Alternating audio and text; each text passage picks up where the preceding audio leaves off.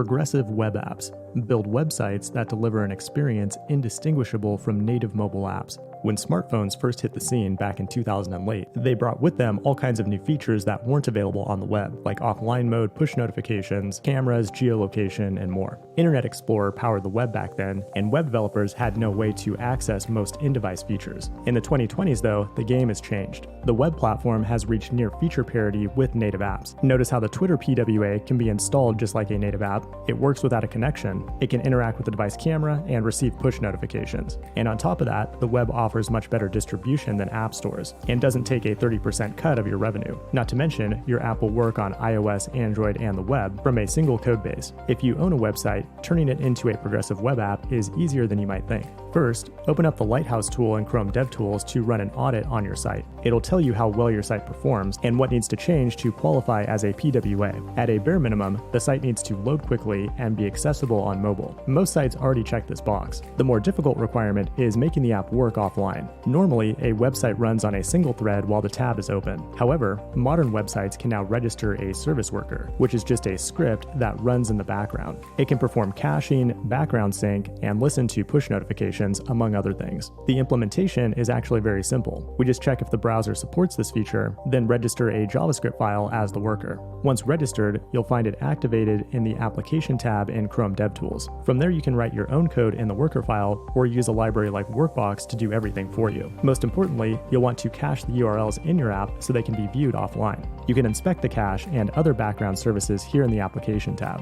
The final step is to create a manifest.json file, which contains icons and other metadata about the app. Once the requirements have been met, you'll unlock the PWA achievement in Lighthouse, at which point your app can be installed on most native devices and can even be listed on Google Play or the Microsoft Store. This has been Progressive Web Apps in 100 seconds. If you want to learn more, hang out for a minute while we go beyond 100 seconds to learn a bunch of cool things that you'll definitely want to know about PWAs. First of all, make sure to like and subscribe because it really helps out the short videos. What I want to do now is just rattle off a bunch of cool things you should know about when it comes to PWAs. First, you'll definitely want to get familiar with the Chrome Lighthouse tool. It analyzes performance, accessibility, SEO, and determines whether or not your app is installable as a PWA. You can run this tool on any site you want, and should be available under the Lighthouse tab in Chrome DevTools. Even if you're not building a PWA, it can be useful to run an audit on your site.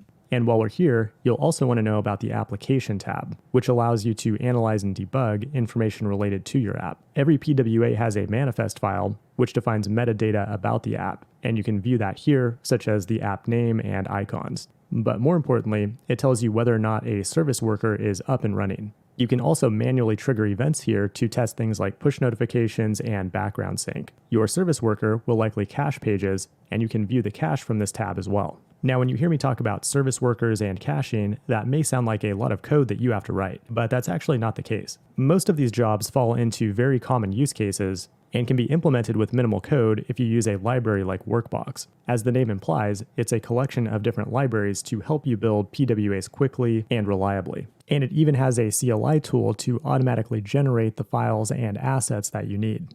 If you're using a front-end framework like React or Angular, you can install it as an NPM package, or you can import it directly into your service worker over a CDN using the import scripts function. But an awesome new feature in Workbox is recipes. It allows you to implement features very quickly, often with just a single line of code. Want to add offline fallback to your app? It's just a single function call. And the same goes for an image cache, Google Fonts cache, and many others. Workbox is awesome, but there are other libraries out there as well. If you use a framework like Angular, it has a service worker module built into it. And when you use the Create React App tool, it automatically generates a service worker for you. And speaking of frameworks, if you want to see how PWAs are implemented in a variety of different frameworks, check out the Hacker News PWA site. It's a showcase of different framework implementations and how well they perform compared to each other. If you're learning to code, a great project is implementing your own version of a Hacker News PWA. Or if you want to start with something easier, let's go ahead and build a PWA right now. We only need 4 files: an index.html for our main web page, a logo, a manifest.json to describe our app, and then a serviceworker.js file. The HTML needs to reference the manifest and load the service worker. We can reference the manifest with a link tag, just like we would with a CSS file. Then we can add a script above the closing body tag, and if the service worker is supported in this browser or in its navigator, then we'll go ahead and register our service worker file. Now if we open up the manifest.json file, we can add some information about our app, which is mostly self-explanatory. But notice this icons array. It's looking for icons or images of different sizes that can be used as the home screen icon for our app. We could create all of them manually, but that would take forever. A better option is to use the PWA asset generator. We'll go ahead and run npx PWA asset generator, then point it to the logo file in our project and tell it to output the results in the icons directory. That creates a bunch of images for us in no time. And if you look at the terminal output, it'll even give you the JSON that you need to paste into your manifest.json file. Now we just need to write a little bit of code in our serviceworker.js file to enable caching. We'll import Workbox from a CDN by adding a link to the file inside of this import scripts function. That'll give us access to Workbox.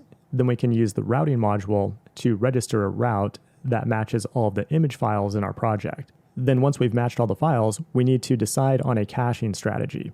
In this case, we'll use cache first, which means the PWA will attempt to read from the cache instead of going over the network if there's something available in the cache.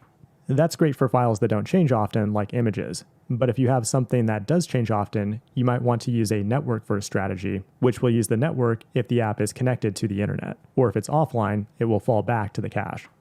Now let's go ahead and serve the app by running npx serve and then open the browser to localhost 5000. Once there, hit Ctrl-Shift-J to open up the Chrome DevTools. Let's start by going to the Application tab and making sure that we have all of the icons appearing in our manifest. That looks good. Now let's check out the service worker and make sure that it's up and running. That looks good as well. Now we can go to the Lighthouse tab and run an audit on the app. As you can see, we get a score of 100 on pretty much every metric, and we get the PWA achievement badge, meaning this app is installable on most mobile devices. If you already have a website that's optimized for mobile, it's incredibly easy to turn it into a PWA. From that point, you might consider adding an install button to your site in different locations to prompt the user to install the app. And there's a number of different UX strategies to do that successfully. Now that you know how to build a PWA from scratch, I want to leave you with a few other resources that you might use to go further.